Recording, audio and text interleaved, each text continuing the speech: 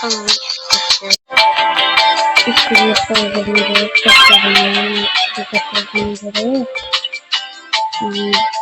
Video seçtiğime göre çok sevindim.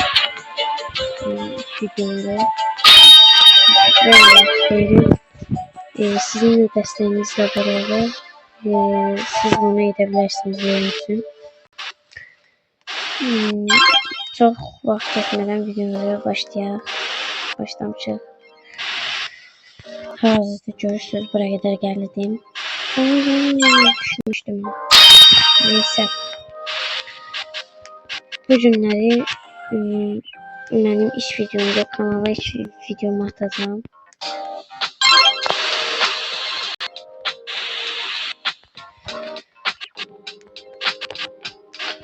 Kanala abone olup like atmayı unutmayın. Gelin videomuza devam edelim.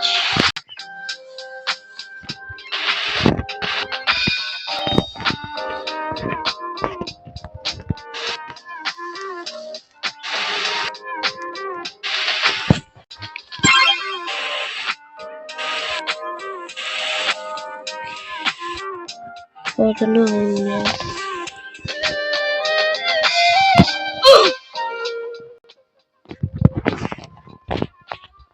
Sesim daha yaxşı gəlsin. Ben hiç ocağa gelmemişim, ancak buraya kadar gelmişim. Yo, düştüm. Neyse.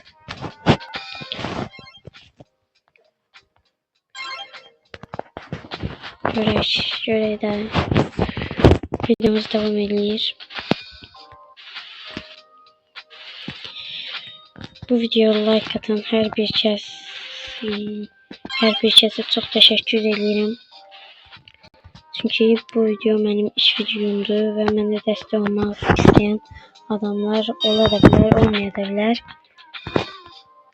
Mənə dəstək olsanız çox yaxşı olar. Çünki belə videoların davamı gələ bilər, part 2 gələ bilər, bu videonun part 2'si gələ bilər. Bir çox Roblox oyunları və digər oyunlar da gələ bilər. Digər oyunlar dediyim PUBG Mobile ola bilər, Minecraft ola bilər. Minecraft təbii ki, əsl Minecraft yox, beta sürümü ola bilər. Modları yükləməyi göstərə bilərəm, bir çox videolar çəkə bilərəm.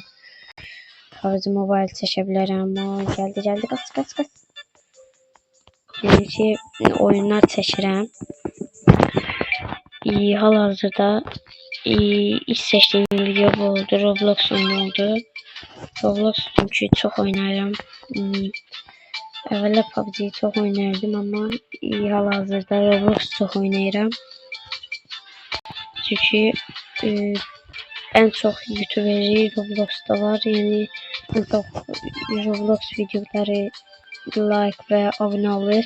Mən də iş Roblox'dan başlamaq istədim. Super Avenger'da oynaya bilərik. Hiləsini necə yükləyirlər, APK necə yüklənir göstərə bilərəm. Bir çox adam bunu bilər və digərləri bilməyə bilər.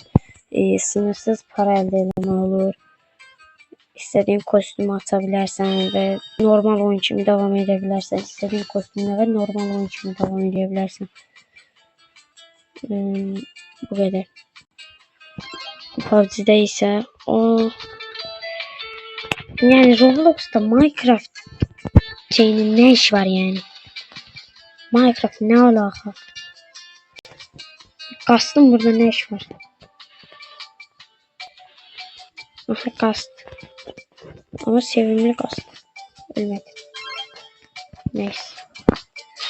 Az kaldı. 2 defa da oraya gitsem bunu alacağım. Süratim de artır. Çok süratliydim. Gözleyeyim. Yetti.